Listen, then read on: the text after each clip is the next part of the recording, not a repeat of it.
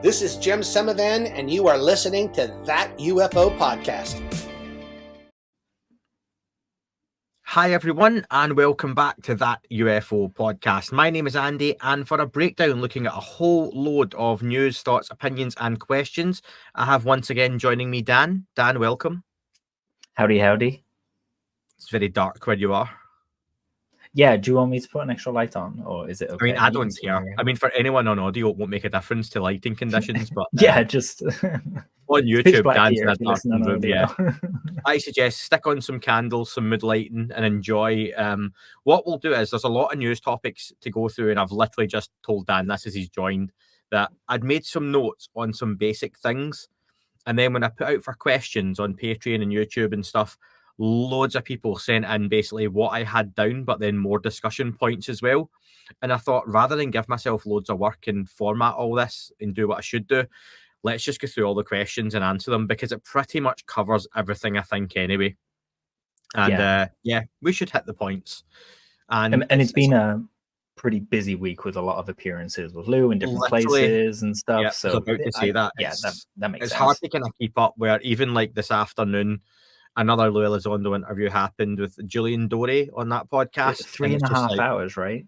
Yeah. So probably saturated with the Lou appearances at this point. However, we'll get through some stuff, because there is a big talking point a few people asked to bring up off the back of some stuff Lou has said. So but yeah, Lou's still doing the rounds and some of the big mainstream things, which we will get to. But Dan, we'll kick off with Mark. Okay, we won't kick off with him. We'll say thank you to Mark. But Mark says this, something that occurred to me the other day is what a contrast there is between both Carl Nell's unequivocal statements at SALT conference, Lou Elizondo's clear statements, and Chris Mellon's "we don't know what this stuff is" kind of vibe. I'm trying to work out, is this just Chris using a gently demeanor to make a politically acceptable statement, or whether there's an actual difference in level of conviction? So folks, what he's getting at there is that Carl Nell was very much unequivocal. There is a non-human intelligence. We have aliens, blah, blah, blah. Lou Elizondo, I don't think, could be much clearer as to Roswell was real, Rendlesham happened, we've got craft, we've got bodies, very much saying it as it is.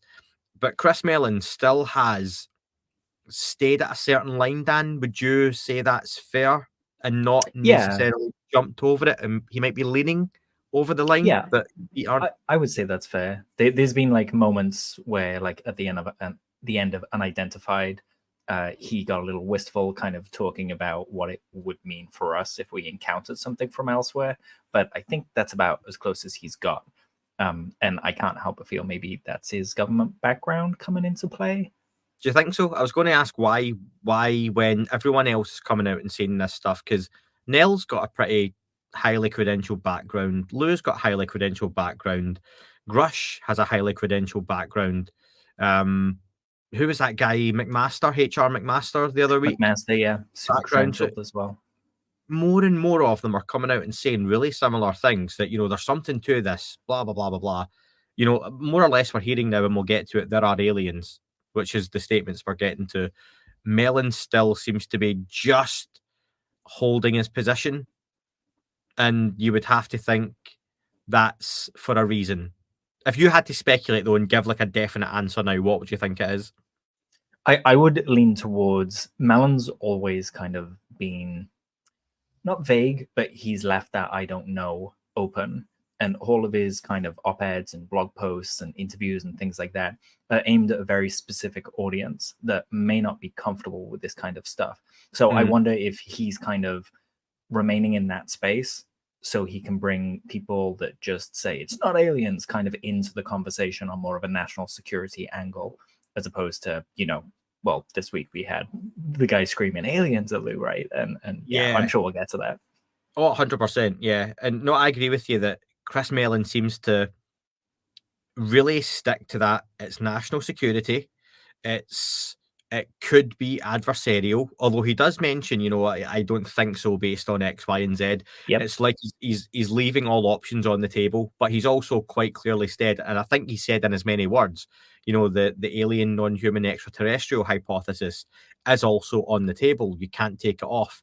So like you say, is it just that he's inviting those larger conversations with folks who we may never even hear their names mentioned in a public setting, but in the backgrounds might be coming forward, kind of movers and shakers, people who are like captains of Yeah. industry, if you want to call it that, who are maybe saying, Chris, what the hell are you talking about with this alien stuff? And he's just, like you say, maybe opening that door to say, look, come and have a chat. I'm not putting myself way out there. You don't have to either. Let me speak to you, though, and then maybe see what happens. Yeah, and Chris hasn't been someone either that's kind of, I know he helped with getting, the gimbal and the Tic Tac and the FLIR video out, but he doesn't have experience working behind the scenes with this kind of stuff. Lou kind of speaks about looking at data and analyzing it and being convinced beyond a doubt. Nell is the same, Grusch is the same, whereas Mellon's kind of brought into the conversation and is willing to go to bat for them. So he doesn't have that kind of, I don't know, same level of conviction that the ET or alien or something like that. So he's more like, I guess, us, who just have to throw our hands up and say, I don't know. And also seeing someone of his caliber saying, I don't know, is really valuable as well. Yeah, no, I can go with that. So we've mentioned that we've touched on the Lou thing a few times, and I think it makes sense to bring this in here. So Christian from Kill the Stigma podcast over on YouTube, folks. I'll give Christian another plug for free. Any more of those, Christian, I'm charging you for them, though. But go and check it out. Christian started a podcast, and he's been in touch with the pod and myself for a long time now, and it's good to see him get that up and running, just sharing his thoughts over there on YouTube. So keep it going, mate. He says, it does seem to me that mainstream media is now being way more serious about this topic since Lou Elizondo's book. For those who got mad at The Daily Show, I don't believe it's comedy. I believe it's comedy. Maybe I don't believe it's comedy. But either way, my question to Dan and Andy is, personally, would you rather have catastrophic disclosure or controlled disclosure? Second question, putting your needs and wants aside, if you were president, would you disclose? If so, how? Would it be honest? Let's go with the first one, okay, Dan? So first question, would you rather have catastrophic disclosure or controlled? My question would be controlled for who? When this kind of the phrases were presented, Carnell was very much vouching for control for the US government, a controlled rollout, the way they get the say on what to do. If you look at controlled disclosure in China or in Russia, there are different needs for those places. So control for me is really vague. It's a really specific thing. Can we go with catastrophically controlled? And what I mean by that is, I would love for the aliens to, you have to step back there, not aliens, for the non-human intelligence alien to us, that's all I meant, to just appear in the skies, a la something like Phoenix Lights or something like that, just in a completely undeniable way. I think many people could handle it, but then again, some places might not. Catastrophic controlled is kind of pulling the Band-Aid off to me, and just having to deal with the fact that they're here. It would be quick, it would be brutal, but get in at the deep end. Why not? I would go for controlled, because just looking big picture, I don't think the planet and people and humanity, you can look at the UFO community, quote unquote, and say, yeah, we're ready for it. I would just guess at least 50% actually aren't and would shit their pants if there was a genuine confirmation disclosure. And that includes probably some of the UFO celebrities, whatever you want to call them, influencers, who would genuinely have it hit them that you're not just talking about this thing anymore. It's not just fantasy. Shit, this is real. If there was a 3-body problem type scenario, Dan, I reckon genuinely 50. And do you know what? I might have to put myself in that category. I don't think you would know until it happened. I think it's one of those where you could say, yeah, I'd be fine with it. But when that reality hits you and you see that 6 o'clock news bulletin with bang, there's the craft, it's on its way, and we'll get to that in a minute. Here's the bodies, or here's the aliens shaking the president's hand, whatever it is. Like the signs videos. Yeah, absolutely. Yeah. I think that will just hit differently, as the kids would say. And I don't think a lot of people, even the ones that say so, would be ready for that. So I think controlled over a period of time would be the best way to go. And I'll go back to my old James Webb thing, that if they pick something up and then slowly, we've found something somewhere else and it becomes something, and then we find technosignatures somewhere else, but we can't get to it for a few years. We could send a probe, but as soon as you start acknowledging those types of things, it opens up the conversation more publicly now to, okay, there might be aliens out there, but does that mean they're here already, or something's been coming here? Is there something to Roswell?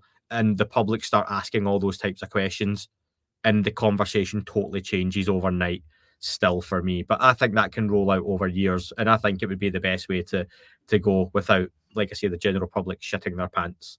So control for you then is more kind of baby steps in general, as opposed to control for a specific country. Would that be fair to say?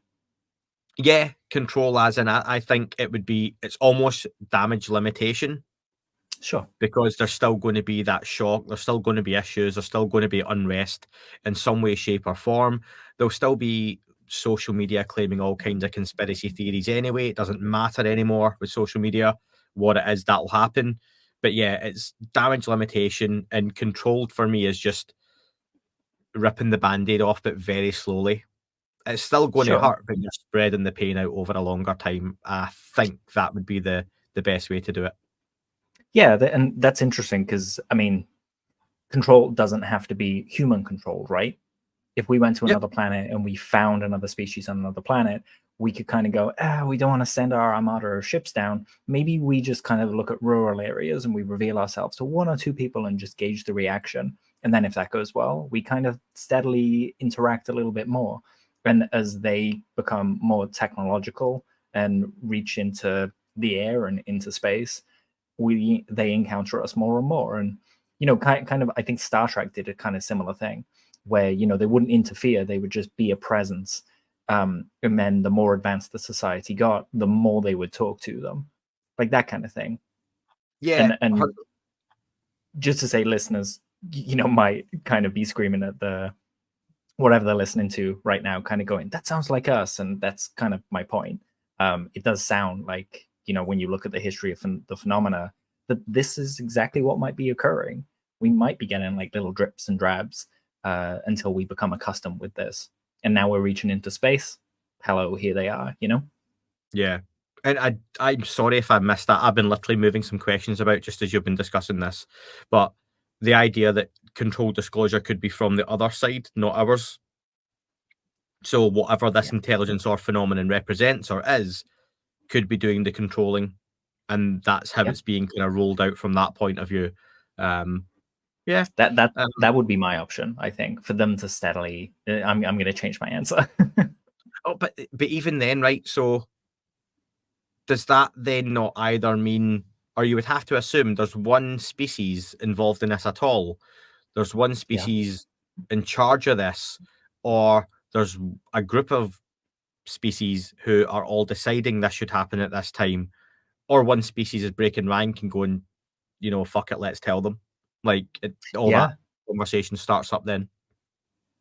Yeah, I mean, you're not wrong. It brings to mind that Nuremberg woodcut from, I think it was the 1600s. I can't remember the date exactly, maybe the 1500s, where they kind of had the spheres and the long cigar shapes in the sky, and there were reports of this kind of battle going on in the sky. Maybe one side wanted to reveal themselves and the other side didn't. We just don't know because we don't know the intent. So that second question from Christian, putting your needs and wants aside, if you were president, would you disclose? If so, how? Would it be an honest disclosure? So Dan, you're the president of the world, let's say. How are you just hello. How are you disclosing? Well, one, I would hope that I could channel Bill Pullman in Independence Day and kind of hit that really inspirational, big moment. But also, I think, just ladies and gentlemen, we are not alone. Just an announcement of that and leave people to simmer on it for a while. And then after a few weeks, maybe 1 week, maybe two, come back with scientists who can answer more questions after it's been digested a little bit, especially if we're not in any immediate danger with it and we've got time to kind of process it and understand it so that people aren't running out and buying mass amounts of toilet paper. Yeah. if I have a little bit of fun with that question, I'll stick to my own theme, but I think I would go to NASA or the European Space Agency, who's NASA's Yeah. bastard little brother, and be like, look, who's in charge here? And I mean of the really good stuff. Where are the airbrushed pictures? Where are the good videos of the stuff that you're finding up there that you're hiding? And I would be like, we need to use this and say, look, over the years, we've collected some data. After some research, we think there's something potentially visiting, blah, blah, blah, blah, blah, and still do a bit of a slower rollout. I wouldn't go for the we're not alone straight away, but I would try and do the let's roll this out. And I think it makes sense to do that whole they are discovering, and I say they, the government are discovering this along with us almost, that they've not been hiding it. Maybe that stops that whole. You hear a clamour on social media, don't you, for like trials for people who were involved in covering up Roswell and various different aspects of the UFO phenomenon. Yeah. I just feel all that becomes totally pointless when you're discussing this kind of reality of a disclosure scenario. If people are interested in those kind of disclosure type scenarios, I suggest a book by Richard Dolan and Bryce Zabel titled AD They After wrote a book Disclosure. together. They did. Yes, co-authored. So yeah, I think they're actually doing a follow-up, aren't they? After Disclosure. Yeah, AD. The day after tomorrow. AD, yeah. The Day After Disclosure is a pretty cool title. Yeah. So yeah, that for me, how I would do it. Still over a time scale. I think ripping the band-aid off's not going to happen. I don't think I would like an Independence Day type scenario of shit, they're here, something's invading. And again, I think we'll get to that. But yeah, I'd go with that. So fair question, good answers. Yeah, Dan, good questions. We've mentioned the Lou Elizondo interview and touched on it. So part of the news, folks, just the way we're doing it on this show, Luis Elizondo has done a whole load of mainstream media interviews. And I think he's interviewed recently that caught the eye, caught the ear, caught the nose, whatever it was on The Daily Show. So traditionally it's hosted by Jon Stewart. What was the guy's name who hosted, Dan? Do you have it? I can find it. Yeah, but it was a stand-in host who just Jon Stewart's got the week off type thing. Daily Show... No, it's not. So Jon Stewart left the show ages ago. Oh, yeah. And he comes back and he only does one day a week now. Over and he's left, hasn't he? That's right, yeah. So there's a whole host of kind of other people that have been running it. Right. And Jon Stewart, he does one day a week. So if anyone was wondering why Jon Stewart didn't interview Lou, it wasn't his day, which is unfortunate. I think they'd have an extremely enlightening conversation, but that might still be ahead of us. Listen, you might turn up to a theatre show on the West End or on Broadway, and you're looking forward to seeing David Hyde Pierce in the role of his life. And that night he's ill, and the stand-in comes on, and it could be John Lithgow. Do you know what? You're still going to have a great time. You're still going to enjoy the show, etc., etc. I know a few folk were disappointed with that. I don't think that was anything nefarious, Dan, the UFO guy, let's give him the lesser host. That wasn't the case, was it? No, not at all. We've got a few questions and a few opinions on that appearance, so Dan. It's a massive show with a huge demographic and a different demographic perhaps to some of the stuff that Lou's been doing. So Silvio Pina, we'll start with that one. Do you all agree that Lou Elizondo's interview on The Tonight Show represents a huge step forward? I'd love to see a graph of his book sales alongside significant events like that interview. One, I don't think his publishing company will release graphs of book sales. They'll keep that private probably, but I don't doubt that there are spikes based off of these big appearances like Rogan, like Daily Show. Yeah, more so even I think than maybe a podcast will. Those are some big milestone or keystone, whatever you want to call them, moments. You could look at the Google Trends, I guess, right? Of people searching Lou Elizondo's names. I think that probably would kind of probably a good shout, yeah. And that would no doubt correlate with any book sales. Yeah, exactly. And there was actually a hilarious moment in the interview where after, they'd had the conversations, which we'll get into, but right at the end when the guy who's just like, Ronnie, his name was Ronnie, I'm going to mess up the pronunciation, Kyung, but he just said at the end, like, oh yeah, and you've got a book. And it was very apparent that by that point that Ronnie felt like the book was small fry. It was kind of beside the point, given how much his mind had been blown up to that point. what did you think of the? So I've watched the show before, and I know you have. Okay, and there was some talk online about the tone, but it's a current affairs show, but it's got a comedy tone. It's a comedy theme. They will laugh at any and every topic, no matter how serious it's meant to be. So I don't think that should have been unexpected for anyone who knows the show, but for other folks, they might have been disappointed that they're laughing at the UFO topic. They would have laughed at anything because that's the point of the show.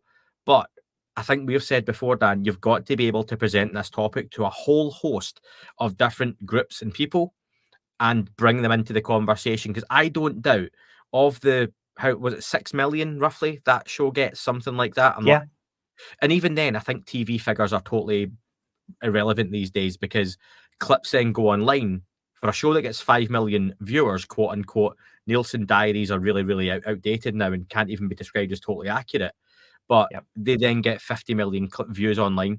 So does that 13 or 14 minute interview Lou's done actually matter?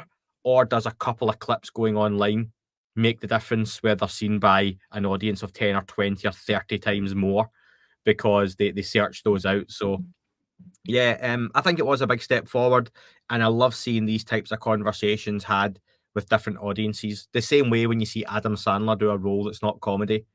Big shout to Reign Over Me, great movie for anyone who's not watched it. But you see people stepping out their comfort zone and doing something different. Thought Lou Elizondo handled the interview well.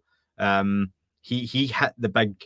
He sung the classics. If it was a gig, he hit the notes of NHI, military installations being, and these things are running all over them with impunity. Not our tech. What were some of the what are some of the key for you there, Dan? Key call outs even. Yeah, it was really interesting for me. Very similar to the John Oliver segment in terms of the tone. We can talk about serious things, but then we're going to have a laugh about it and just bring some levity to it so that people don't run around with their hair on fire. But I think Ronnie, the host, kind of responded how most people would respond to this.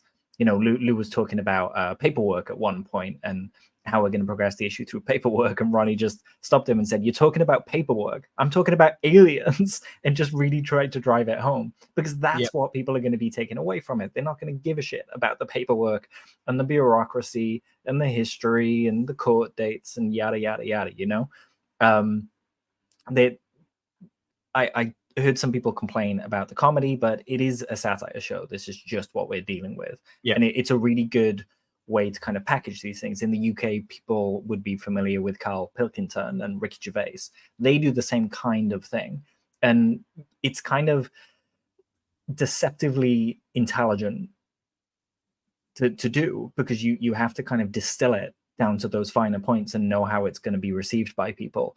And it was honestly, for me, it was a moment where they didn't laugh at Lou, they didn't laugh at the subject, they laughed with Lou and they laughed with us. And it made me a little bit giddy when I was watching it because it felt like a moment where it just reached the mainstream. And I think I messaged you after I watched it and I just said, that's it, it's left the small UFO community now. Like, it's out in the world and we're no longer having these conversations in little shadowy rooms or hushed tones or just UFO conventions. We actually get to enjoy this with people now. And I sent it to my mom and she showed her all her friends in work and they had a good giggle watching it.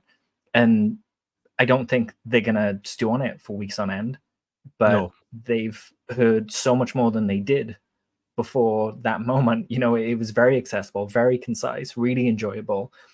We got in like Roswell was real.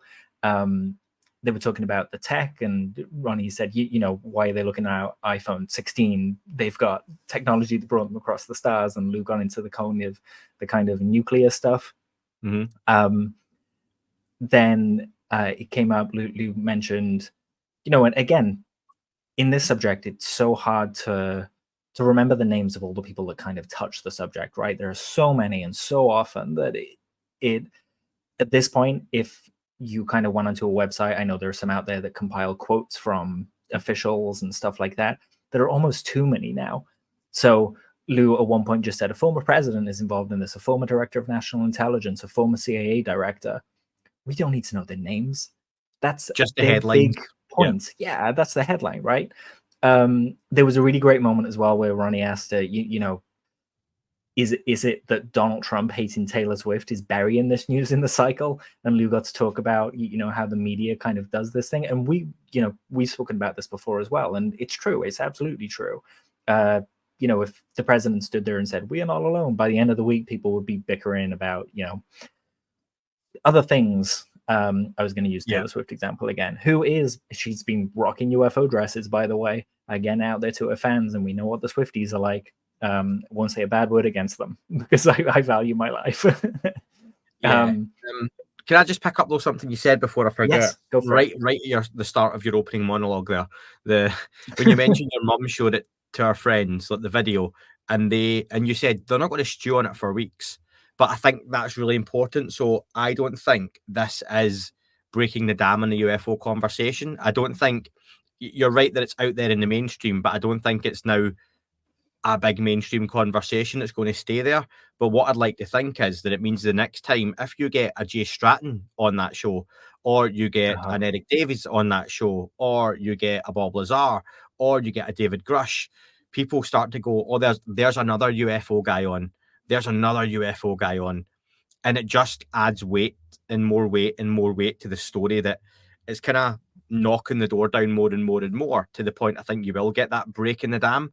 But I think you're right. It's like a build. And again, I think that hopefully is to my point about trying to build this up. If you were going to have different pillars or ways to attack this conversation to get it out to the public, this looks to me like a good way to do it.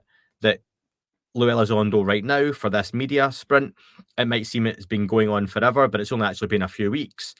When this stops in the coming weeks, it'll have been a short, sharp blast into the media. And then it's what follows up on that. So can James Fox's documentary have an impact? Will we get a David Grusch op-ed or a book announcement properly? What's next along the line? Do those hearings happen September? Do we get them in November?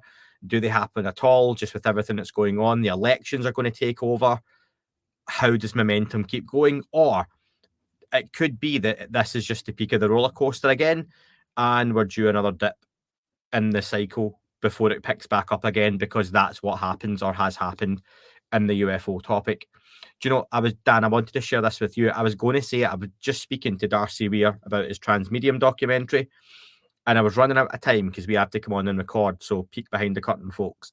And I was thinking disclosure as a process, right? I know it's different for lots of different people, but it reminds me of like the end of Inception. And you know, when like he spins his little totem, and the camera, sorry, spoilers, folks, for Inception, right? But it's been out for years. Go and watch it.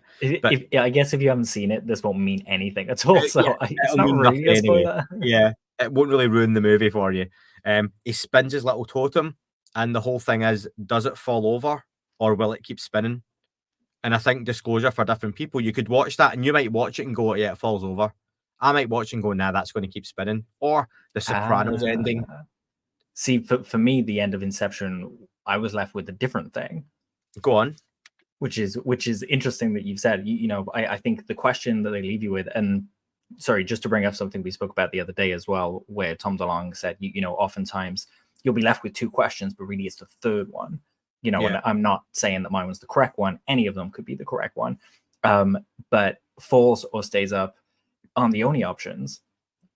My takeaway from it is that it doesn't matter. That character no longer cares whether it falls over, and that's the point. Yeah. And I think it kind of says to your what you were getting at, that by some point people will just accept this as fact and they'll just go about their lives. Kind of I think we've used the analogy before of lobster in boiling water. Yeah. It boils little by little over time until eventually it's happening, and that's it. Yeah, no, that's very, very fair. A comment on the Lou interview from Ozzy from Gauzy. I'm glad Lou was on the Tonight Show, but they owe him an apology for how little respect he was paid. He could barely get a word in with the host, screaming alien 20 or more times. I appreciate and love comedy, but did not find that host funny at all. I think that the host's style of humour or comedy may not be for everyone. That's just comedy, but we've addressed that, haven't we? That you might like it, you might hate it. I think regardless, I've just liked seeing the UFO conversation represented in a respectful way, which Lou Elizondo does, whether you like him or not. He's represented the conversation well in front of a different audience again. and that can only benefit anyone with an interest in the UFO topic. That will benefit. And I'll even include the extremes of one, pro-disclosure groups, you know, or whatever you want to call them, people with podcasts, whatever you want to call, or bloggers. Even if you go to the extremes, like, and I'm not in the Stephen Greer camp, but people will have seen that interview, looked up the UFO topic online and found Stephen Greer. They'll have found his documentaries. They'll have found the CE5 app. People will have found Jeremy Corbell and George Knapp's podcast, or Jeremy Corbell's documentaries, people's books, James Fox's documentaries, and they'll now be sitting going through a little bit of I'm getting into this UFO topic. So it doesn't really matter about ultimately the platform and the way it's presented. It will get folks into the topic. You can argue about how many folks, depending on how it's presented or how well it goes, but I think that went pretty well. And just to speak to that bit with mentioning like disrespecting Lou as well. Lou had a great time, and I think that showed on the piece as well. He was smiling, he was joking, he's a funny guy. It's nice to see him relax. Funny guy, yeah, funny how? Just jokes. Jokes up the wazoo, and he doesn't really often get the chance to kind of say them because everything's really serious right when he has the conversations, whereas here he punted quite a few jokes out there, and it was nice to see, you know, just a normal person in front of the camera. You know, there's no need for it to be so stodgy. I mean, Disney at this point have almost made billions and billions and billions of having serious moments followed by jokes, and to the point where, you know, people are like, oh, you undercut that moment. But it works. It gets into people's heads. One more thing to mention from this interview for me was the host kind of saying, out of all the things that they'd spoken about during that interview, he said the craziest thing here is that liberals and conservatives are working together. I think that's a really great message to put out, especially as the election's coming up and the campaign trail's being hit. People are a loggerheads and are at the extremes, but we can achieve miracles when we work together. And I think it was a nice little reminder of, you know, not everything has to be contestable and emotions flying and stuff like that. Have you seen Goodfellas before, Dan? I have, yeah. Yeah. When I said funny guy, funny how, that's what I was getting. Oh, nice. I love how you answered anyway, though. I thought, sorry, that's just yeah. I was monologuing again, wasn't I? Yeah, a few folks might have been like, oh, Goodfellas. Other folks, maybe not so much. But folks, that is a little bit of comedy in with the UFO topic. So thank you. Hope you enjoyed. So disrespectful. I know. Damn me. Steve asks or says, I'm wondering if Andy and Dan can talk about an apparent tension between disclosure being imminent and already started versus the process of disclosure being a marathon, not a sprint, and similar thoughts. It seems we're getting mixed messages from the people who are promoting the disclosure narrative. Totally fair point. I think you do get mixed messages, not just from various different groups, Dan, but I think just in general, individuals, and this is just a human thing, change their mind or get stuff wrong, or through no fault of their own, get a little bit mixed up. So I think it very much speaks to what we said before, Dan, what you said about disclosure means different things to different people. It might be the third option for them. It might be the fourth option for them. For some folks, you could say, you know, I've had my disclosure because I had a sighting. But you know what? Within years of misinformation or disappointment in government progress and whatnot, maybe for them, actually, disclosure hasn't happened. That could change. That could be fluid, or vice versa. So where do you stand on that, Dan, with kind of mixed messages and disclosure being here or not here yet? I would say pretty much the same thing. When people say the word disclosure, they don't mean the same thing. When people hear the word disclosure, they don't hear the same thing. So yeah, people go back and forth on it. And I guess it's not a meaty answer, but you know, I think even between us, it will probably be different things. Like I'm really feeling these days that it's happened and is happening. And we're just kind of going slowly, and those paying attention very much have gotten the message already. You know, it's almost like, all right, shut up, let's go on to the next bit. But there are still people that they're trying to reach with disclosure at a really basic level. And the Daily Show, I think the main takeaway that people would take from it, is a mouthful, would be that it is real, whatever it is. And that seems to be the bottom line of all of the media that Lou's hitting. So acclimatize yourself to that. If you want to know about the government history and all of the ins and outs there over, since Roswell or beyond, then disclosure hasn't been reached for you. Whereas if you just want someone official, someone with weight to say, we are not alone, it's happened. We're there already. So we kind of have to remember that disclosure is not all things to all people, or one thing to all people.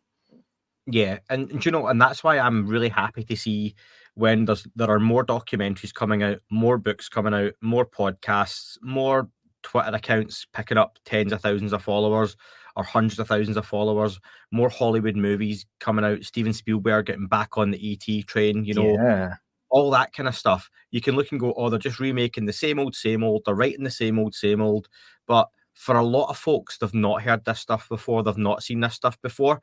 And regarding, let's just pick a book, for example, not everyone's going to say, oh, I'm going to go read Stanton Friedman or Jacques Vallée's work from 1970 or 1980, right? So they will want to pick up something new, something fresh, and something that covers a lot of the modern stuff that maybe some folks listening or viewing this would say they've heard a lot of, the Tic Tac, for example. But there's so many folks out there who haven't heard of it and don't know about it yet. A lot more haven't than have. That's just a fact. So I think you have to remember there's a whole load of folks getting involved, like you say, in the topic.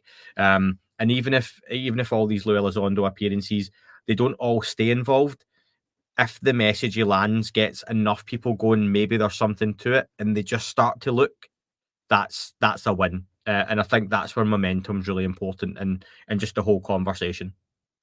Yeah, absolutely. And I just add in onto that it seems that no one actually has an answer on this. The more we find out, the more it seems that even if there is a legacy UAP program going way back, it doesn't seem like they've kind of figured out much of anything. Maybe 40-50%, I don't know, but just not everything.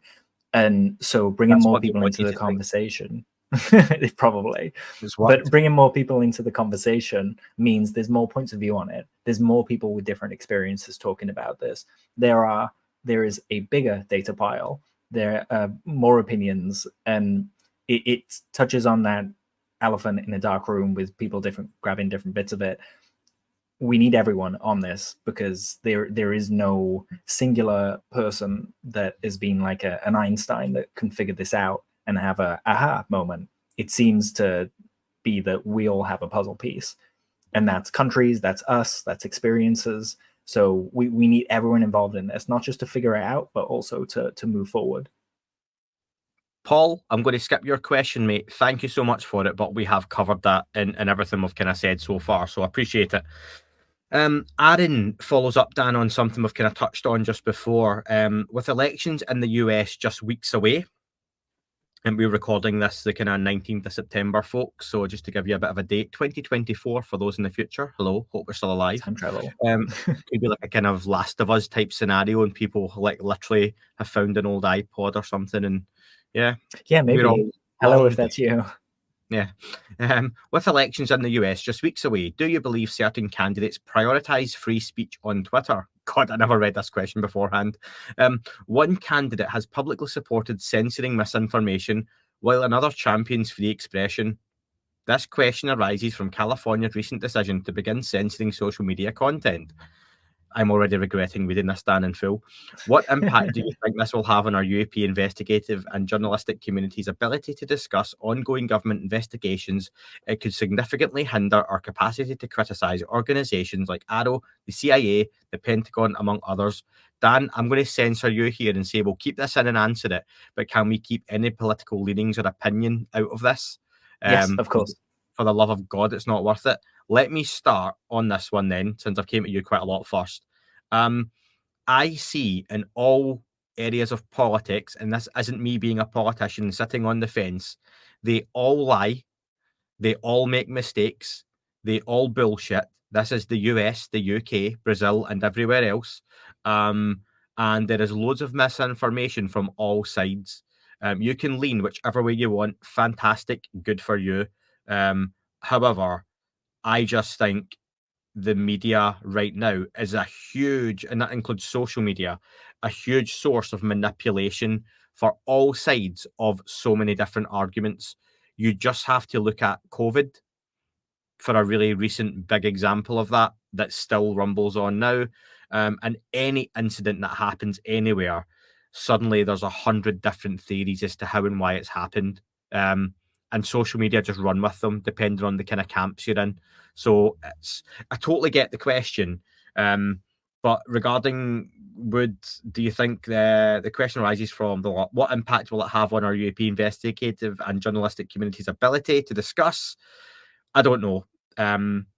X is the biggest platform for those conversations right now. Will people hang around? Don't know. Heard everyone was leaving it before and they didn't. But Elon Musk makes a lot of drastic changes to it. For me, that mute and block button coming our way would be a huge moment where I may decide, you know what, just post podcast updates and stay away from the conversation.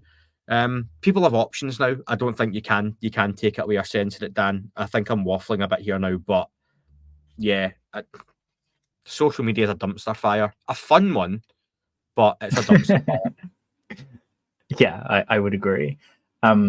The question's an interesting one because the way the people would describe, and I'm not going to use names, but I think it's interesting because you could almost, it works for both kind of candidates that are running, right? You can kind of switch them around, and in certain times and on certain issues, they've both indulged in this kind of stuff. And you can't, it's almost impossible to just say that only one person has done it. Like you said, they're human and they make mistakes and they're kind of pushing different buttons and so on and so forth. What it made me think of, though, was Arrow and Dr. Sean Kirkpatrick. At one point in an interview, he suggested that talk of conspiracy theories was dangerous and that maybe, it should be stopped, that people should be censored, i.e. kind of saying that people that talk about UFOs should be censored and stop from talking about them. That would stop their ability to kind of figure this out. And I don't think that would have been helpful to treat people that are just interested in these subjects, not engage in, because he was talking from the point of view that someone rocked up to his house, right? And it was a stranger and he felt in danger, obviously. Like, that's not okay. But there's a line between don't act on these things and go to people and try and carry out consequences for things that are conspiracy theories. There's a line between that and just talking about it online, right? And, as long as people aren't throwing out death threats and talking about violence and are just talking about the data and the material and so on and so forth, sticking to the subject, that's a good thing. But freedom of speech does not mean freedom of consequence. You have to take the good with the bad. Anyone can listen to this and disagree with us and send us a strongly worded email, right? No, they can. And do you just have an email written saying, "Oh, I'm sorry, your email's bounced," but it just sounds official, so they think I delete it before it's even popped up with the notification. If I see even the subject line they've disagreed with me, Dan, it's gone. It's absolutely gone. So, but no, you're right. You're right. And then just to throw into all this as well, to take the human out of it entirely, we've now have AI and bots kind of taking over the internet. And I always try and remember, when I feel like I'm getting heated online these days, I always try and remember that the person that I'm arguing with might not even be a real person. And it kind of makes you feel a little bit embarrassed. And like you say, you lean more on that block button then. And I'm certain there are casualties, people who really actually want a conversation, but because, we're getting inundated with bots, they get blocked. It's happened to me, Sean Carroll, love the guy, love his work. I responded to him once whilst a bunch of people were having a go at him about UFO stuff. I really wanted a just normal, calm conversation with him. But because I was in that group, I got blocked. And that's that, unfortunately. There are other people out there. There are, 8 billion people on the planet. There are plenty of people to talk to. I hate most of them. No one that listens to this, but yeah, I'm a people person. Life has ground me down. And I will just say, Dan, there are extremes on all sides of those conversations as well. There's people online who are literally just there to troll and wind people up. And do you know what? They just actually do it for a bit of fun, right or wrong, and they're just there to annoy people. And on the extreme of that, there's folks on the other side who think they're being helpful and think they're being kind and use lots of lovely hashtags, but they themselves are just as toxic as the folks on the other side. And then you've got everyone else in the middle who are just existing. So yeah, social media you've got to remember, everyone is righteous, right? No one wakes up kind of going, I'm going to be evil and twirling their mustache. Although I'm leaning more towards that these days, I'm not going to lie, the more I go online. Little change of tone in the questions. Dan, James says, I thoroughly enjoyed the sequel to the three-body problem, The Dark Forest. I've been thinking about the Dark Forest theory for months and how it provides a perfect solution to the Fermi paradox. It's also a really interesting theory to ruminate on. Have you noticed anyone talking about Dark Forest theory? I feel this should at least take up some of the conversation, and yet I don't see it being mentioned much at all. The end principle always seems to be other beings extinguishing the lights of any other beings they find in the forest. Should we not be more conscious or concerned of our emissions into space as a species? Do you want to sum up what Dark Forest theory is, Dan, briefly? Yeah, so the idea, it's not, I know people call it a theory. It's a theory in the world of the book. It's not really a theory. It's an idea. And the idea is that if we kind of show ourselves to another species, that the logical thing for that species to do is to wipe us out. And the reason for that is because eventually we will be vying for the same resources, for the same space as our species grows. So in order to protect ourselves, we should shoot first. I.e., you're kind of sitting in a dark forest with a sniper rifle, and if you see movement, you're taking it out. For me, it's a really negative way of looking at the universe. And if you read the third book, it isn't so glum. People are aware of it, but the Dark Forest move is seen as a chump move. It's like kind of when you play computer games and someone just sits in a sniper position, just wiping everyone out. It ruins the fun for everybody. That's absolutely me. I've done it. Unreal Tournament, 90s. Yeah, that is me in Call of Duty. I'm sorry, but I get really panicky when I play the game. So when people run around a corner, I get really frightened still when I get shot. So I tend to find a space and just camp.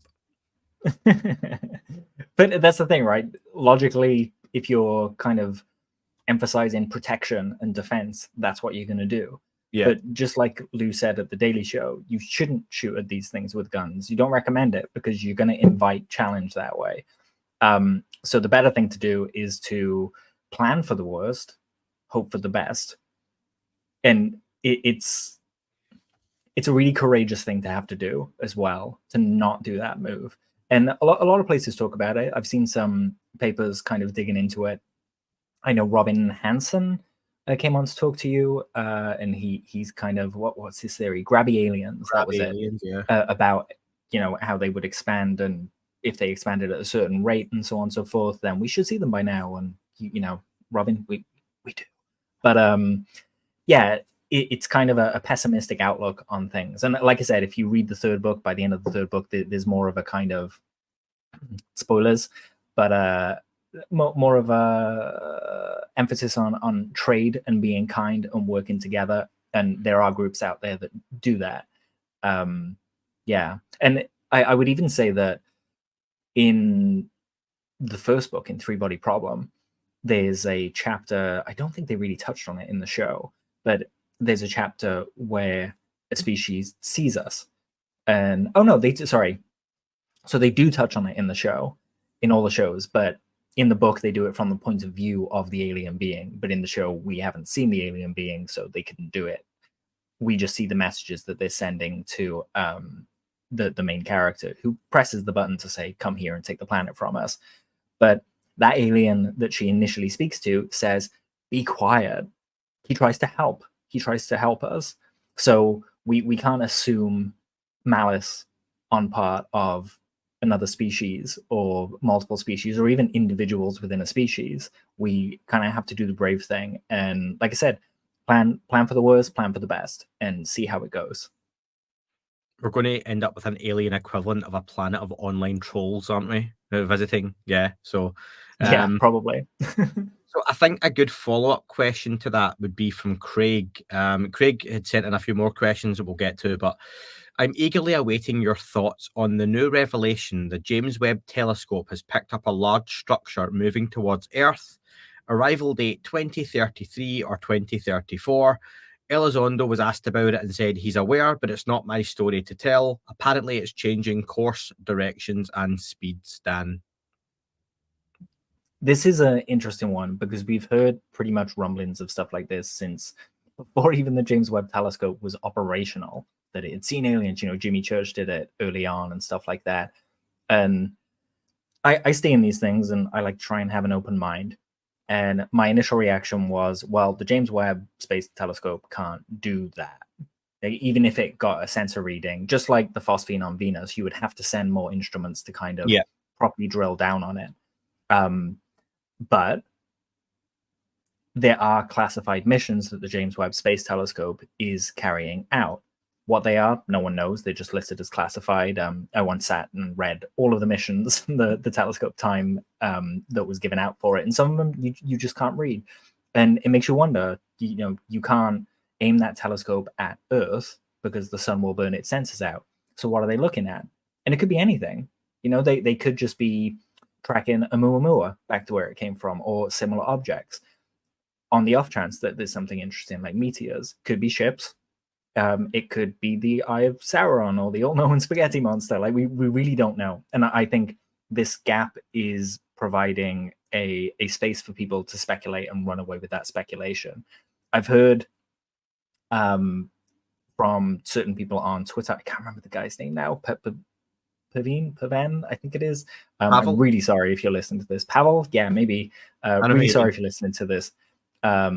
But maybe it's good because the trolls won't come for you.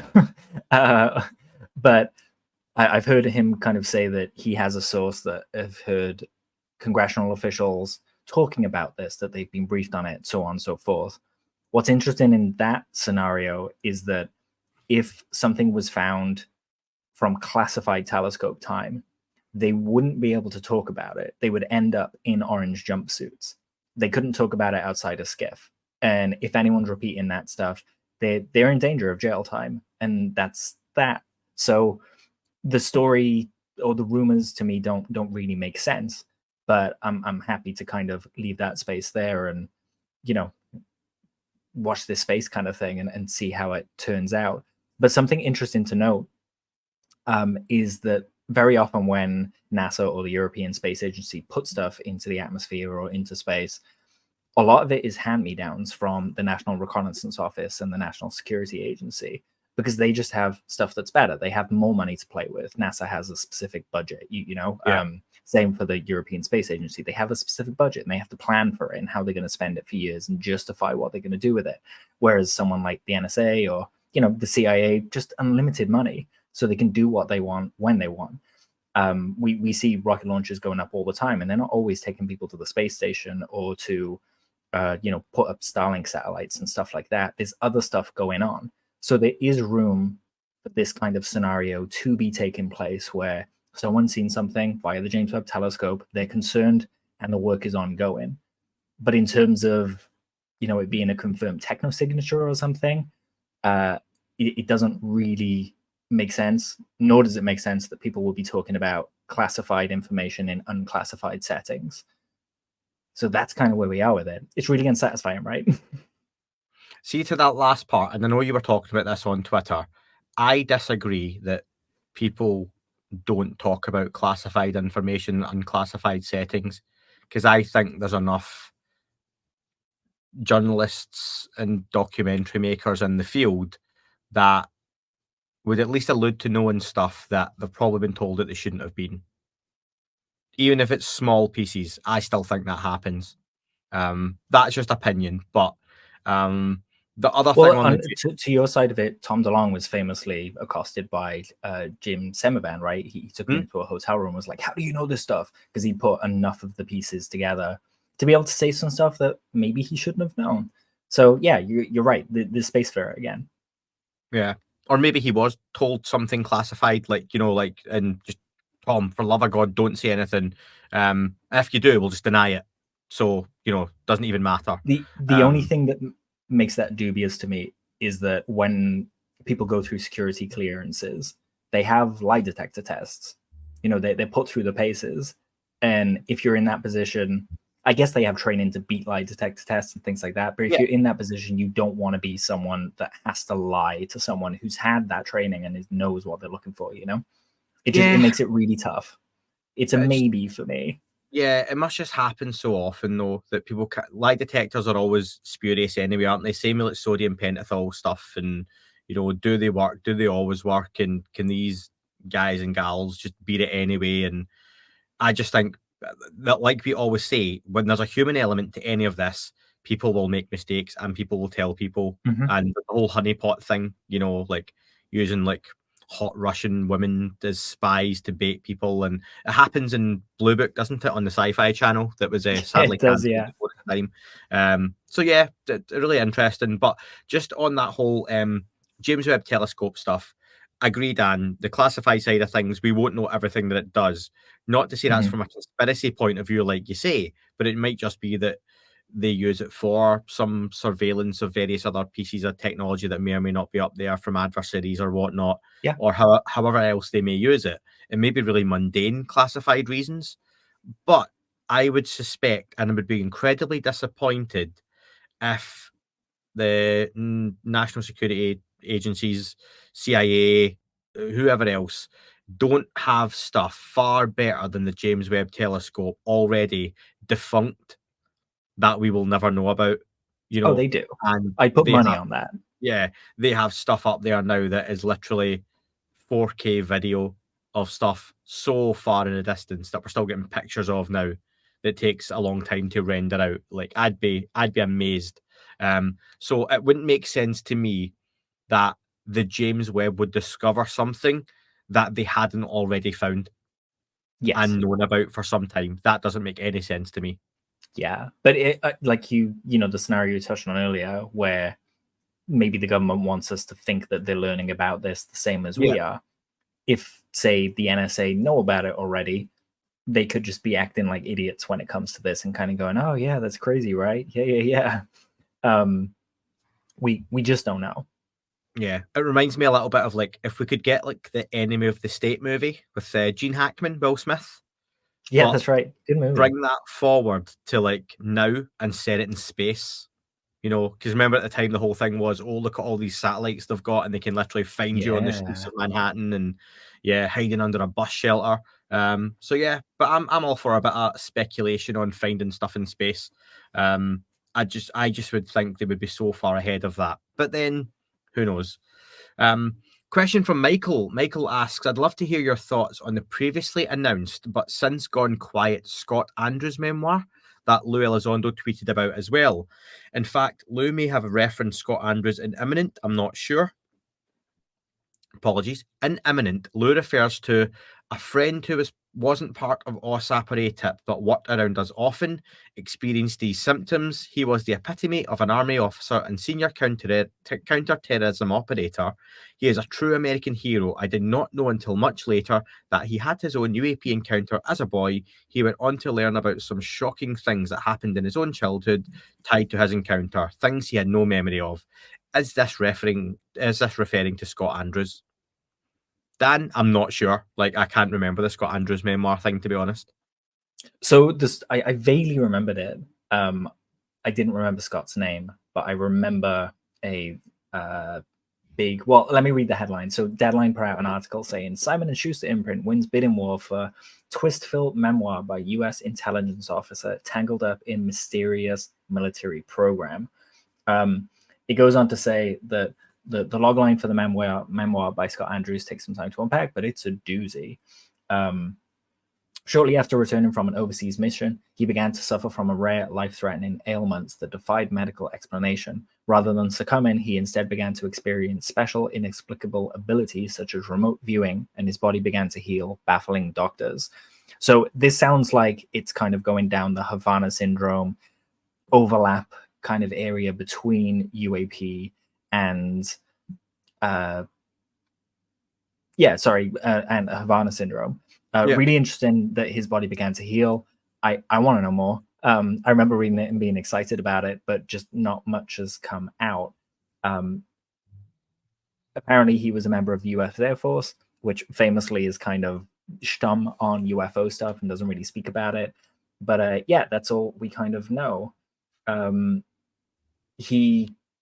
The article goes on to say that when he saw more information about his health, he came across a file that was compiled for him by his late father that contained records from the past he didn't remember, including documents indicating he was removed from school for weeks every year.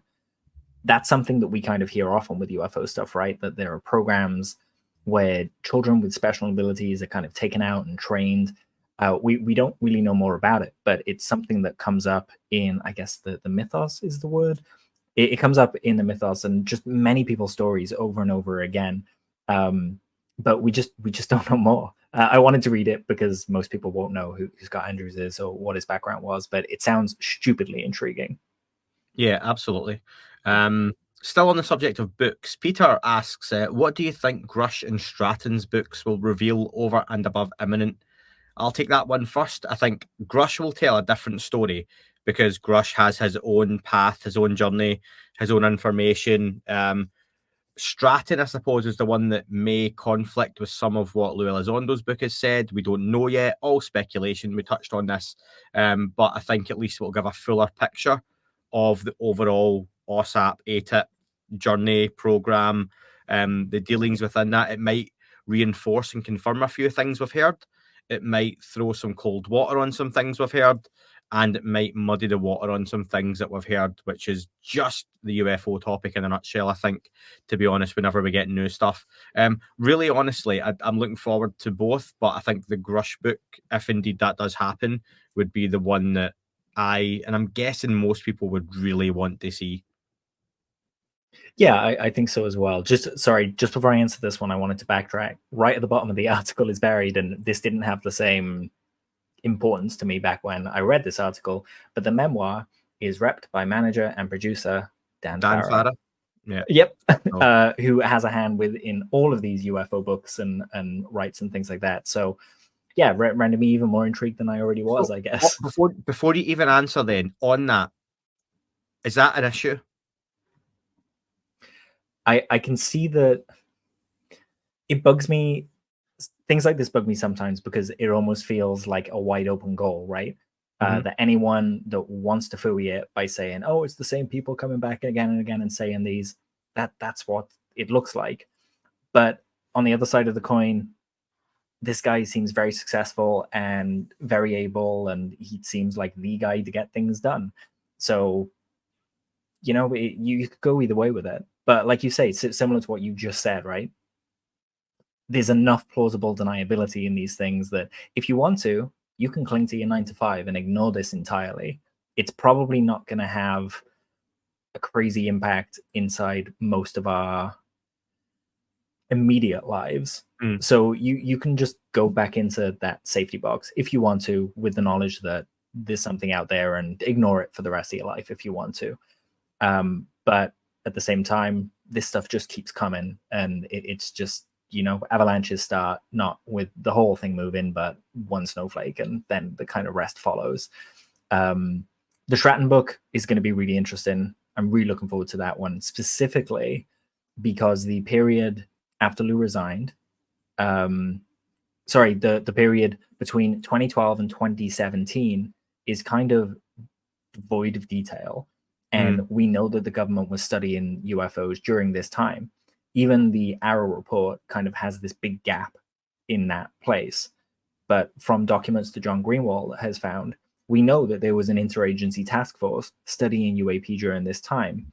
But also, hey, there's nothing to see here, right? It's all phooey. It's all nonsense. So it doesn't make sense to me. And there's some details that I'm kind of chomping at the bit for.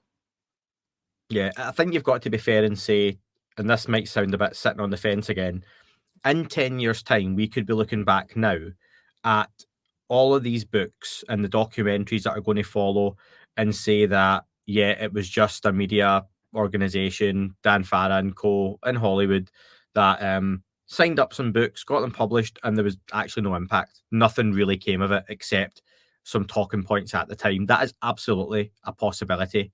However, It could be that, do you know what? They were just pieces of that puzzle, and they did launch a conversation, and they did launch a disclosure process.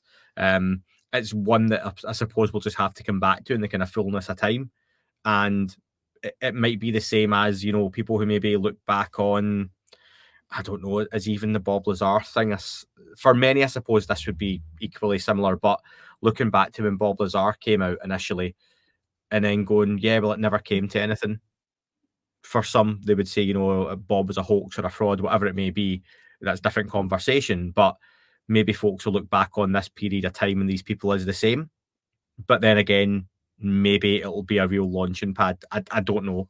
It's something the fullness of time, like I say, we'll kind of find out. Peter followed up, Dan. In imminent and subsequent media rounds, Lou revealed or confirmed new information, such as Roswell being a real event and the fact of 2 crashes, and of the existence of alien implants. I wonder, however, if Lou and others alongside him are leaving a trail of subtle breadcrumbs in their books and interviews in the hope that some UFO community or someone in the UFO community might follow up. Have you detected any trails you might want to explore? Dan, that's very much one for you, probably, because I'm not a detail person. I look very high level. Oh, God. I mean, where to even start? I have about 50,000 different trails.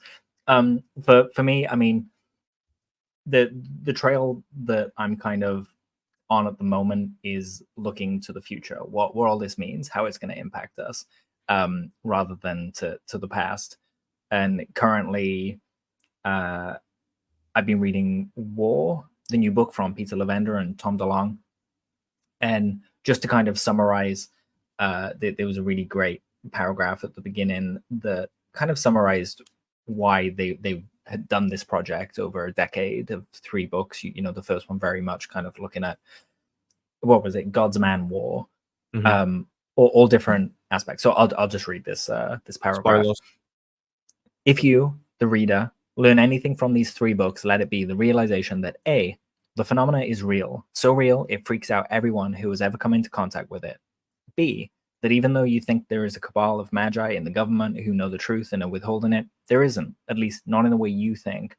And C, the tension between the need of governments of the world to tell their citizens what is really going on so that everyone can contribute to a solution, and the need to conceal as much of this information as possible to deny other governments the intelligence is so absolute that we, the people of the world, have already lost the ability to defend ourselves from an alien invasion. So I'm really, this book series kind of brings together all of the, you know, the humanities and the science and philosophy and physics and consciousness and all these kind of different things.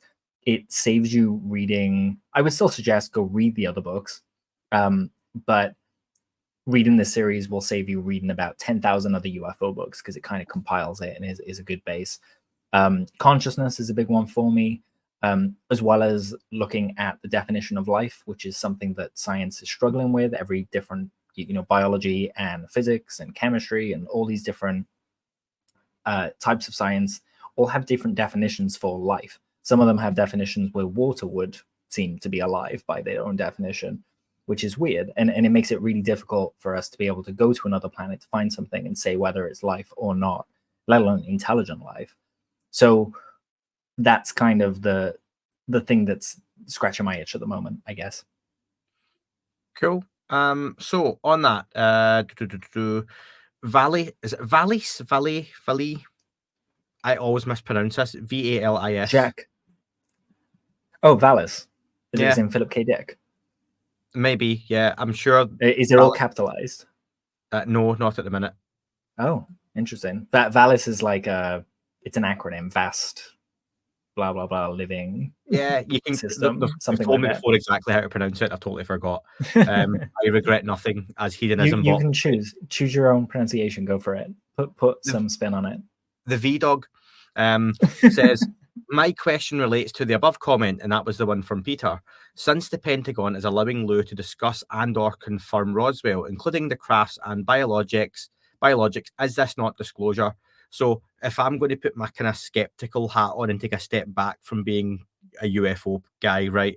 The Doppler review and the Pentagon allowing that isn't proof that Roswell happened. They're just saying that there's nothing in that would give away any national security secrets, because Lou hasn't said anything there that isn't already out in the history books or in movies or TV shows. All he's saying is, from his point of view and his experience, Roswell's real, they've got the material, got craft, etc. That's all been said before. So that's not a national security issue as such. So for me, that doesn't change anything. And that's not a dig from Lou's perspective, just that it's not a confirmation, because that's not how that whole Doppler review as such works, Dan. Is that fair? Yeah, absolutely. DOPTA isn't endorsement, it's just saying this is classified, so you can't talk about it. It's sensitive, so you can't talk about it. Is this not disclosure? It will absolutely be disclosure for some to hear Lou saying that. They'll be running around the street yelling, I told you so, I told you so. But for other people, it won't be. So it's still choose your own adventure, Absolutely. Totally agree. Fred says, hot sports opinion.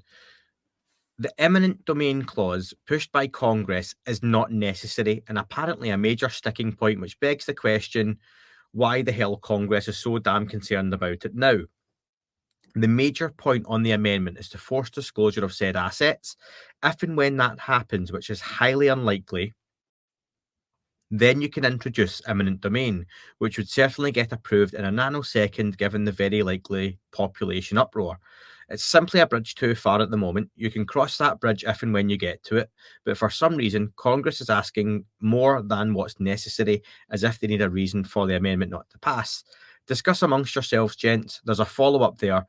Also, Jag and the Hive asked very similar questions on the NDAA on eminent domain. Dan, on the eminent domain stuff though, as something that came up pretty recently, I think it was Dean Johnson commented that eminent domain's actually in the Constitution or whatever it is. So, or what that actually doesn't need to be in there because the US government has eminent domain anyway. So there isn't anything stopping them going in now to Lockheed Martin and saying we're taking all your stuff. Yeah, talking about this kind of makes me feel a bit like you know when someone finds an exploit of a gambling website or something and then they go on Twitter and blab about it and then they patch the code and no one else can use it. I feel like I'm going to be doing this by talking about this, but eminent domain isn't necessary. You're right. We don't really know that they're concerned with it. We've heard a number of places say, we could lose it. It's not that important. Ultimately, we'll see when they get to conference, which is the end of the process, whether they keep it in or not. But for me, if people are arguing over eminent domain, they're not arguing over the review board. And the review board is the much more important aspect of this. And I just hope that no one's listening to this that kind of goes, aha, finally. Like, that's the bit I should pay attention to. The review board is something that when we talk about the kinds of announcements that they could make that people would believe, the president rocking up and saying, we are not alone. And what follows that up? It would be people from religion, people from, historians, physicists, biologists, all these different kind of places and organizations that would come together and have this conversation. The review board is basically a lineup of that. We don't know who it would be. Those people haven't been chosen yet, but they would be 9 or so people that between them, if they felt that the threshold for disclosure had been reached, it would be pretty hard to argue against them because they all come from different backgrounds and, look at different facets of the world. So for me, review board is more important. Eminent domain, we could lose, but I really don't want to lose that review board. If that's the only thing that gets through this year, I'll be a very happy camper. The follow-up question from Fred was, one additional question, is Luis Elizondo the most overly exposed person in media right now? Not a bad thing necessarily, but shooting stars have a very short lifespan. I mean, he's exposed and is very much, I suppose, in my news cycle that I see, after Taylor Swift and Donald Trump and Kamala Harris, then I think Lou on my newsfeed is pretty much up there. I don't think, like you say, it's a bad thing. And this might be, because I kind of asked Lou and he wasn't sure. This might be Lou shooting his shot. Like, this is everything I've got that I can do and say. He maybe doesn't have much more than this to give and to offer. And you would appreciate that given how much he's done or said. So maybe there's his book. Let's get everything out now. I mean, and also he will have a contract to do media tour and media appearances, just as part of what he's doing.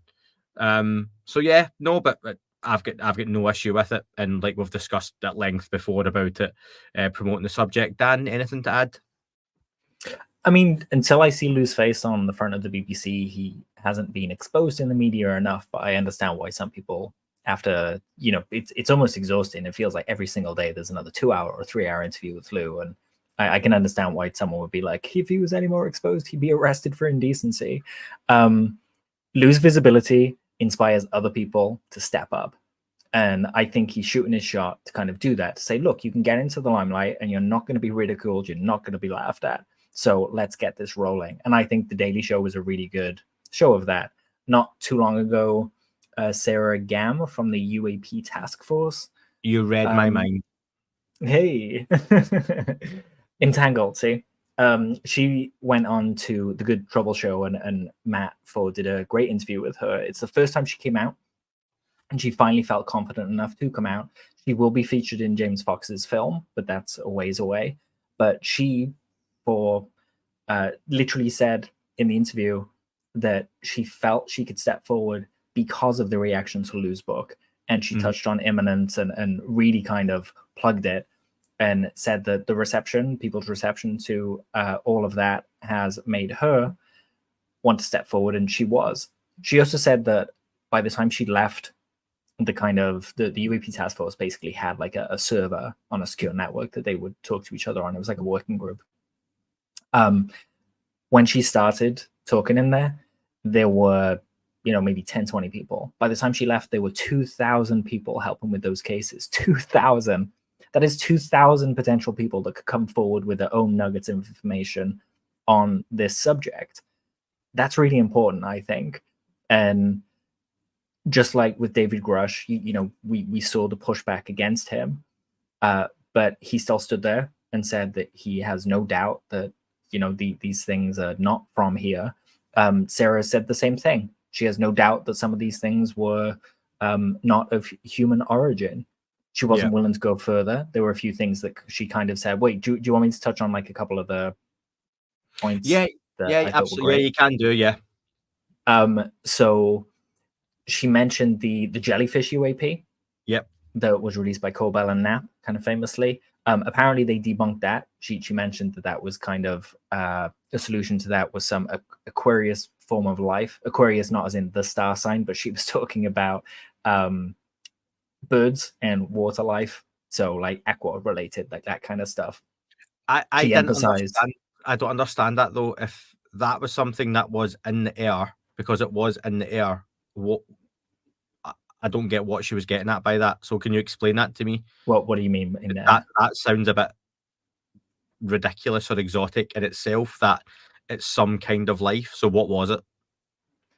I mean, I would love to draw down on that, but without talking to Sarah, I have no more details to give. All she said was she kind of shifted awkwardly after talking about how crazy some forms of life, like birds, can look on these cameras because they don't work like normal cameras. And then she said that they eventually found out that that was an Aquarius form of life. It's vague, and it's kind of like the word biologics, right? It's just like, what? What do you mean? What do you mean? I'll tell you what, if Sean Kirkpatrick said that, people would be slating him. Yep. So I don't think that's a good enough explanation either way, because that doesn't sound good. Yeah, it leaves it really vague, and I would have loved to see some more follow-up there. Yeah, if Mick West said that, people would be slating him for sounding ridiculous. That's not a dig at Sarah, but that statement isn't great. For me, it came across like there was something she couldn't say. Yeah.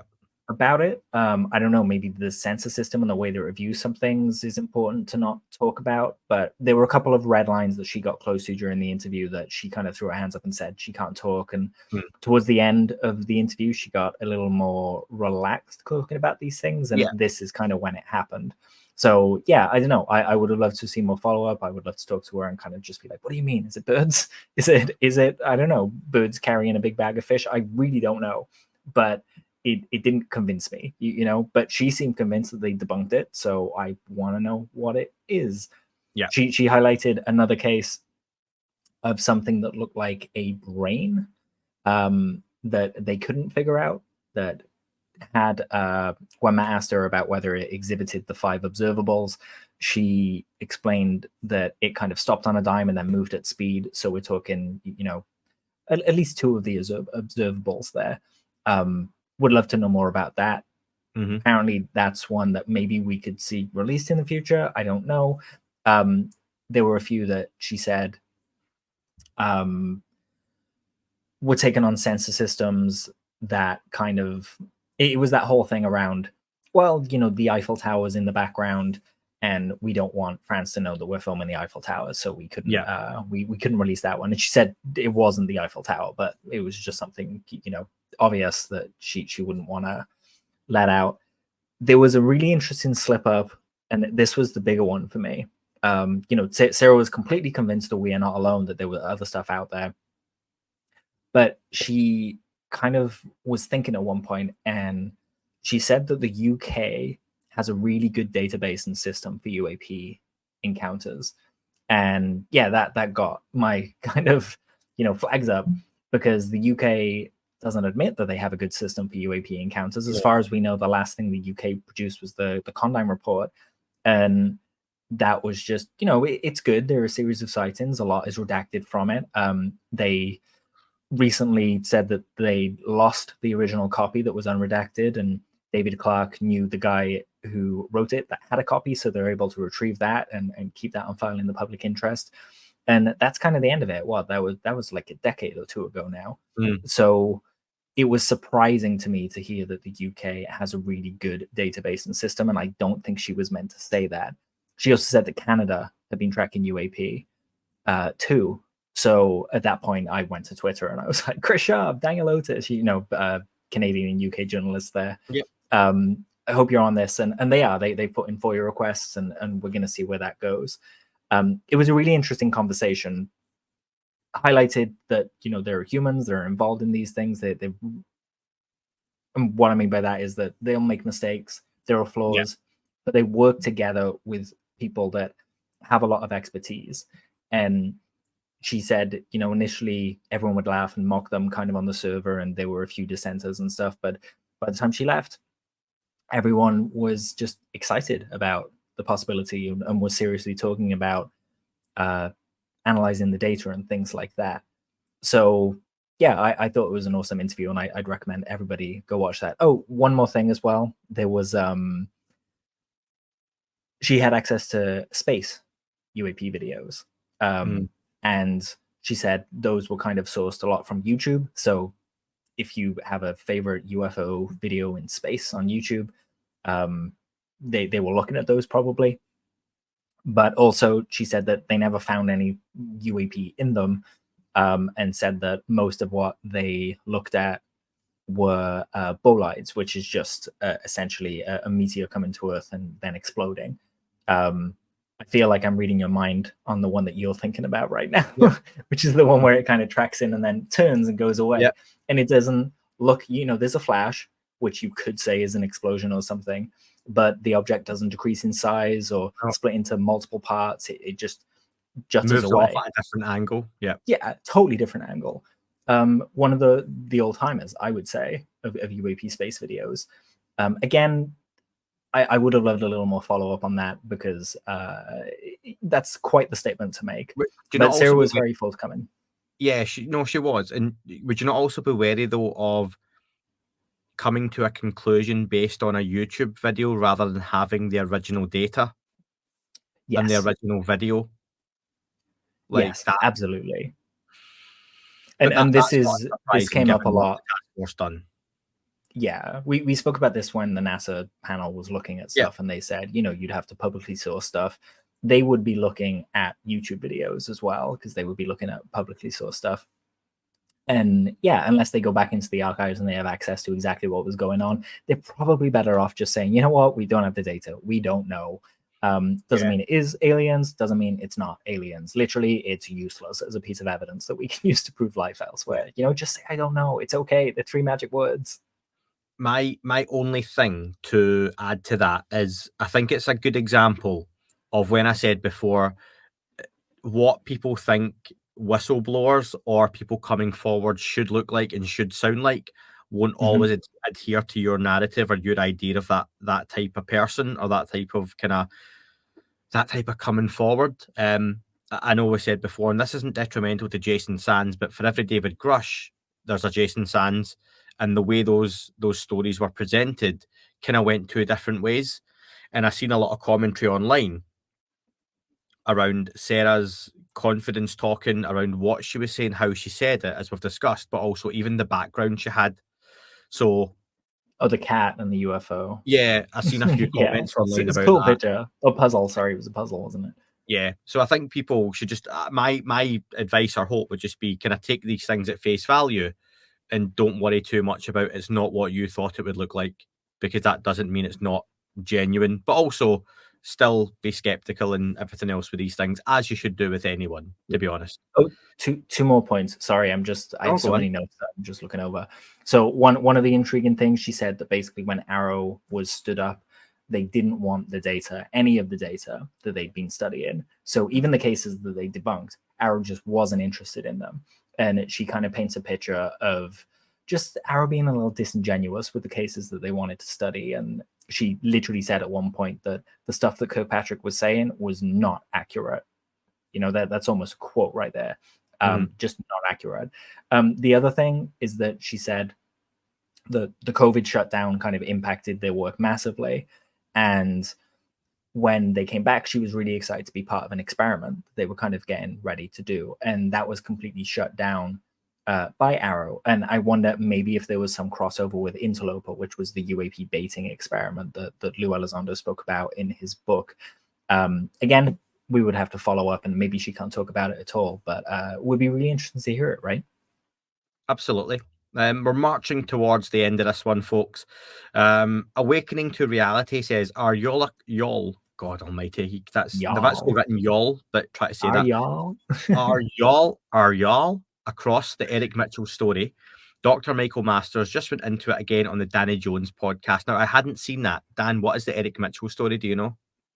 Ed Mitchell, maybe? Well, that's what I was thinking. The astronaut. Hold on. But they've written down Eric Mitchell. Is there something? I mean, I've no I'm idea. going to look it up. I mean, it's clear that we don't know about this, so maybe we should just skip the question. You've literally just done a whole thing about, it's okay to say I don't know, and mean you're like, I don't know. Yeah, I don't know, but I can find the out. only thing I've come across with a real quick cursory search is he did an episode on the UFO Garage podcast called The Antenna and the Experiences. So sorry, are we recording again here, or are you talking to me? I guess I'm talking to you, but with my recording voice. Okay. I was like, okay, sorry, I was the back one. Right. Do you want me to leave that question out? Yeah. We don't have anything to add. It's just, hey, watch us use computers for a second. It would just be saying, I don't know. Maybe leave it in for the paying YouTube subscribers and Patreon. Yeah, give me less. They enjoyed this process stuff. Yeah, if you pay for it, it's me and Dan going, no, don't know what that is. Totally surmising. And Awakening to Reality, if you've watched that, I've not got a chance. There's, like Dan said, there has been so much content recently that I literally can't get near even half of it, I don't think, at the minute. So it's been pretty difficult to keep up. But I'd be actually quite appreciative if you could send me the link to a time code for that, and we can follow up on that next time. Yeah, please do. That'd be great. As with anything we fuck up or don't know about on this, please send over a time code, or here's the actual facts of stuff we got wrong. That'd be great. Dan, you'll love this question. Alexis, how do you relate the rest of the phenomena in light of what Patrick Jackson brings to the table with his type 1, 2, and 3 spheres story or theory? He was on Quantum Paranormal today. Dan? Patrick Jackson? So... the spheres guy?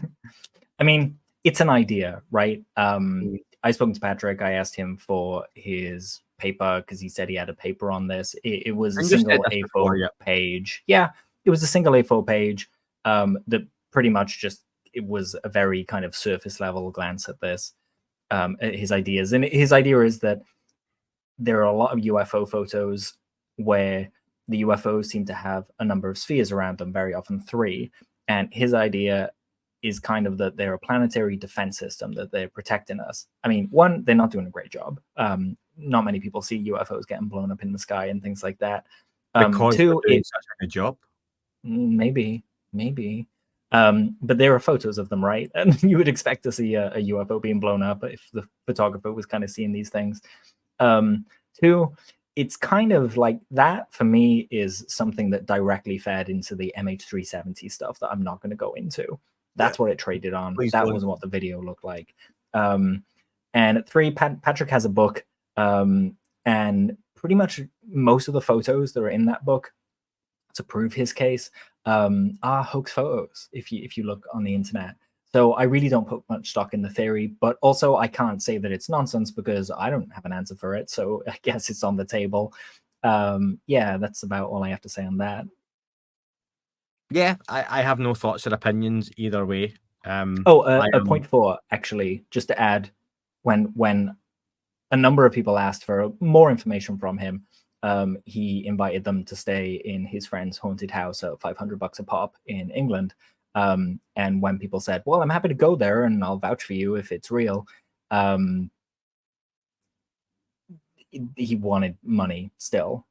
So apparently the most haunted place in the UK, and you can't be used to prove hauntings. Not to say that hauntings aren't real, totally up for it, but yeah, just a little dubious. A little. Easter Islands, who do you think was ultimately responsible for the gutting of the first UAP Disclosure Act, the Mikes versus Lloyd Austin? And are you confident the 2.0 has the blessing of the upper echelons of the current executive branch? First time round, I know, Dan, I'd seen you comment on these various times online. I don't think it was just one set of dissenters that got rid of that, and you probably will never hear the true story of this kind of stuff. And just to answer the second part myself before I hand over to you, Dan, am I confident that 2.0 has the blessing? It seems to have more support, but I'm genuinely not confident that it's going to pass. And that's not from hearing anything from anyone. I just don't see why the same thing going through again would pass. I don't think it will. Yeah, I'm pretty much on the same page. You know, we've heard from Douglas Dean Johnson and from Kirkpatrick himself. He said that the Pentagon killed it. Douglas Dean Johnson shared the document of the Pentagon, just put in lines through everything saying this is duplicating our efforts. So in that case, we have hard evidence for them getting it kind of thrown out.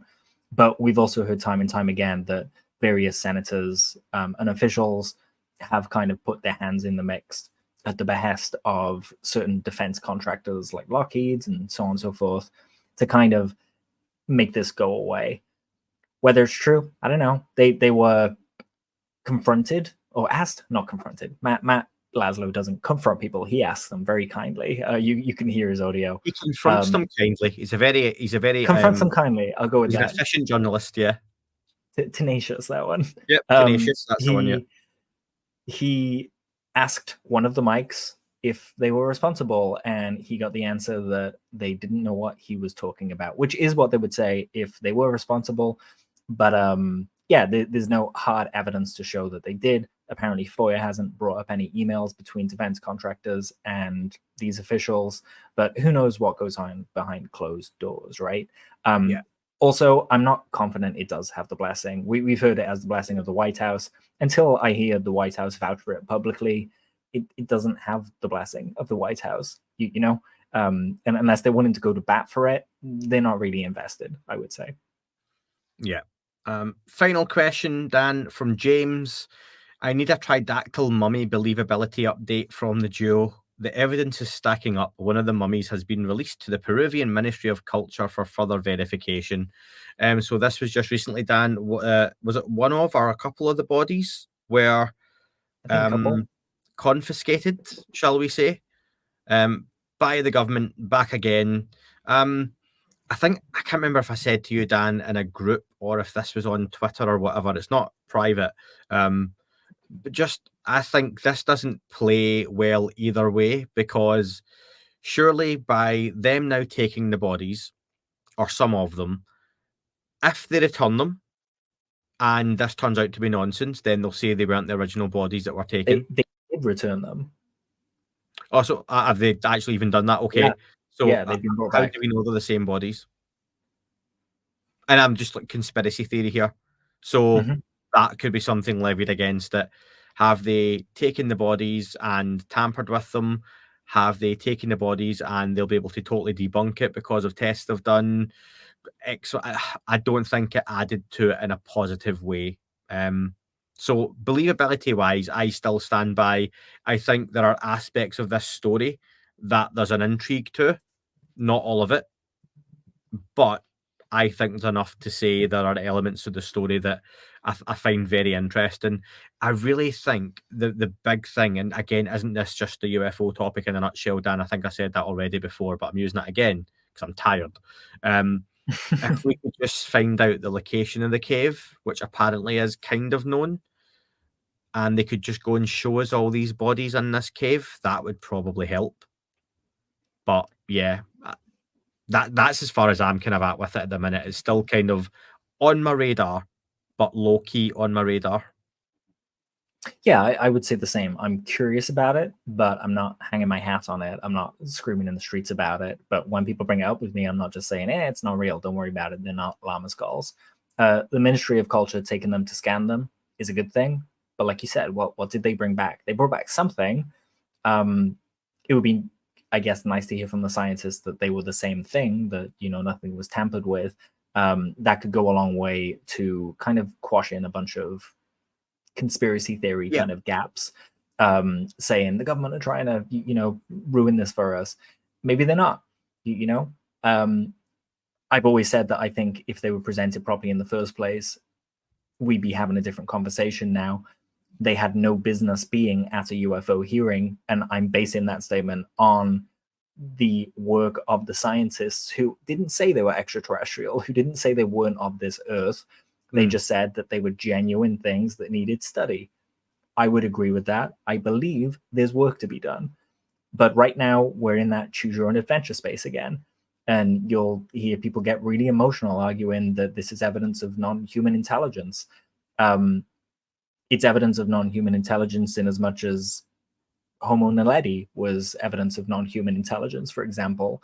It's an anthropological find, and those experts should be taken, like you said, to the cave to do their work properly on an archaeological dig. And I'm sure there are a lot of them out there who, given the opportunity and the right funding, they'd be more than happy to go and kind of look at this. Because if it is even remotely a genuine and new find, there are accolades in that. Yeah. And it's possible that Jaime Maussan shot the whole thing in the foot by presenting it how he did at the hearing. So yeah, I remain intrigued, but goddamn, is this a clusterfuck? Yeah. Anything to add, Dan, in terms of news? Have we missed anything off? I mean, we've missed loads off, but in terms of I think we hit most of the things. Upcoming hearings, I think we touched on that in the last breakdown. And the only thing would be, we're now on the 19th of September. Are we still going to get a hearing in September? Is that? I thought that was rhetorical. No, I'm asking you. Like, it's now like 2/3 of the way through the month, and yeah, I mean, we heard it was on the calendar, right, for the end of September, I think Gillibrand said. So, yeah, the clock is ticking. Let's get that moving. Yeah, it'd be nice to hear a little bit more about it, to just remind us that it's definitely going to happen, definitely going to be there. There's meant to be a follow-up, is it a House Senate hearing, something like that, House Intel Committee hearing in November. That one, again, I'm not wary of it. That's probably the wrong phrasing, but just the elections are November, aren't they? Yeah. They are. So that is just going to take over everything in the news cycle. And I suppose I saw Donald Trump made some comments again with Kat Timpf, I believe her name was. Don't know who that is, news host or just a panelist or something, just about the whole alien question. It got a big round of applause from the audience. Oh, that's right. A few people asked me about it. He said what he said before. He's not a believer, but he has spoken to pilots who have seen in his office. That was it. Seen some incredible things and stuff. It's nothing he's not said before. I at least appreciate he does say, I'm not a believer, but, and then goes on to follow that up. And I don't think it's an unfair statement to make. So yeah, I've not seen Kamala Harris comment much on it. I don't think either candidate wants to talk about the UAP UFO topic, to be honest. No. And I mean, maybe if these hearings happen really close to election, then they might come up. Asked. Yeah. But it's not, neither candidate wants it to be an election issue for them right now. Yeah, they're throwing enough shit at the walls of this election at each other without the social. Do you know what's crazy? The viral marketing and the budgets that must go into the videos going online from both campaigns slandering the other must be incredible. Like that must dwarf OSAP's budget of $22 million on its own. 100%, right? If these people really wanted to run a psyop and make money, they'd be running for president. Are you making a point there, Dan? I'm not sure, but yeah, potentially. It's a joke. Yeah. But listen, thank you, Dan, very much for your time. Appreciated. Thank you, everyone who sent over questions. I was going to format a much nicer show here and make it easier for Dan, but we've just went with literally going through everyone's questions, and I think that's touched on everything, like you say, anyway, Dan. Yeah, we've not really missed much off. If there is anything that's been missed off or you want it followed up on, send us it over via email, and I'll get it into something for the end of the month or the next breakdown. I would like to think if there's not a breakdown next week, there's at least going to be one the week after, talking about the hearings, Dan. Because that would then be in October potentially. So yeah, that would be nice. And any other news that happens. But thank you very much, folks. Been a pleasure, and speak to you all very, very soon. That is all for this episode. Thank you very much for tuning in. Don't forget to leave the podcast a review on your chosen platform. Apple and Spotify do make a huge difference to the algorithm. If you're checking the show out on YouTube, please don't forget to like and leave a comment on here as well. Any sharing you do is very much appreciated on any social media platform. And finally, you can listen to shows ad-free and sponsor-free in their glorious full versions by subscribing for less than the price of a coffee on Apple, Spotify. Just search That UFO Podcast Premium. YouTube, you can sign up and be a member, or you can do that through patreon.com. Thank you very much for listening, folks. It wasn't a tic-tac and not quite a saucer, more like a hubcap designed by Chaucer, a little baroque and quite steampunk, like Alice was playing bass for the Parliament of Folk. The little fucker hovered right outside of my window, and when I shoved out the screen, he made it an issue. I don't think he expected me to see his ass, but I'd had some champagne and smoked a little grass.